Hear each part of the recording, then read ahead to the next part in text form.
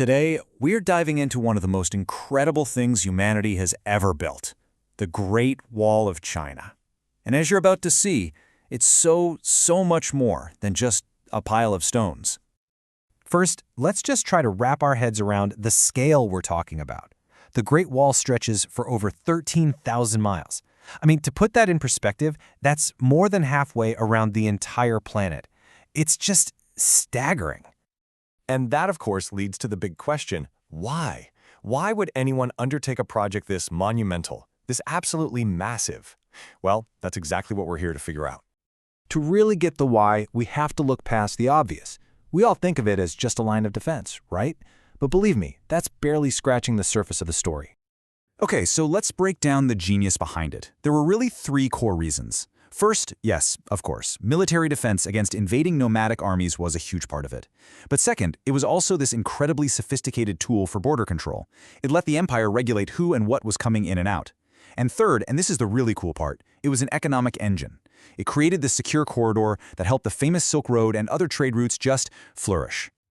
Now, a project this ambitious, well, it obviously wasn't built in a day. This was a centuries-long effort, something that grew and changed and evolved across multiple powerful dynasties. This timeline just blows my mind. It shows you how long this history really is. The first pieces of the wall started way back in the 7th century BC, built by different states. Then, under the Qin dynasty, those separate bits were connected and expanded for the first time. But the wall we all picture in our heads, you know, the one with the iconic watchtowers, most of that was built during the Ming dynasty, more than 1,500 years later. Incredible. So how on earth did they build something so enormous without any modern machines?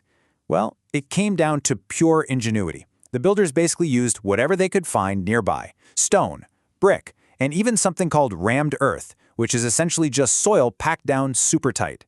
So simple, but so incredibly effective. All right, now for a fun part. Anytime you have something this famous, you're going to get a ton of myths and legends popping up around it. So let's do a little myth-busting and separate the facts from the fiction. And we have to start with the biggest one of all. You know the question, everybody asks it. Can you really see the Great Wall from space with just your eyes? And the answer, despite what you've probably heard your whole life, is a definite no. It's a total myth. Astronauts have confirmed it again and again. While it's unbelievably long, the wall is just way too narrow to be seen from orbit without a camera lens. But you know what? The reality is just as mind-blowing. For example, the total weight of all the materials used is estimated to be around 300 million tons. Can you even begin to imagine the amount of human labor that took? And it was way more than just a line of stone. Over 2,000 watchtowers and beacon towers were built along its length. These acted like the wall's nervous system, you know?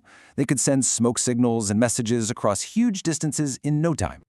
And think about how wide it was. In some of the best preserved parts, the wall is over 30 feet wide. That's wide enough for a bunch of soldiers on horseback to ride side by side. This wasn't just a barrier, it was a fortified highway. So, let's fast forward to today. What's the wall's role now? Well, it's made this amazing transformation from an ancient military fortress into a modern global icon that draws millions of visitors every single year. Its importance to the entire world was officially locked in when it was named a UNESCO World Heritage Site way back in 1987.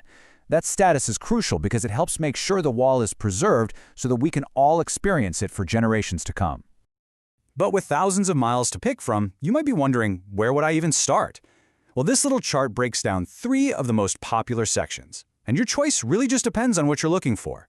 You could go for Badaling, which is super popular and well-kept, or maybe Jinshanling for a more remote, rugged, and authentic feel. And hey, if you are inspired to go, here are a few key tips. Definitely book your tickets in advance. Wear comfortable shoes. Seriously, this is not the place to be fashionable. Bring the essentials: water, snacks, sunscreen. And most of all, just be respectful. Remember, you're walking on a massive piece of world history. And that brings us to one last big thought. When you look at this incredible structure that has stood for thousands of years, it kind of makes you wonder, doesn't it? What are we building today that will still be around in 2,000 years? What's going to be our Great Wall?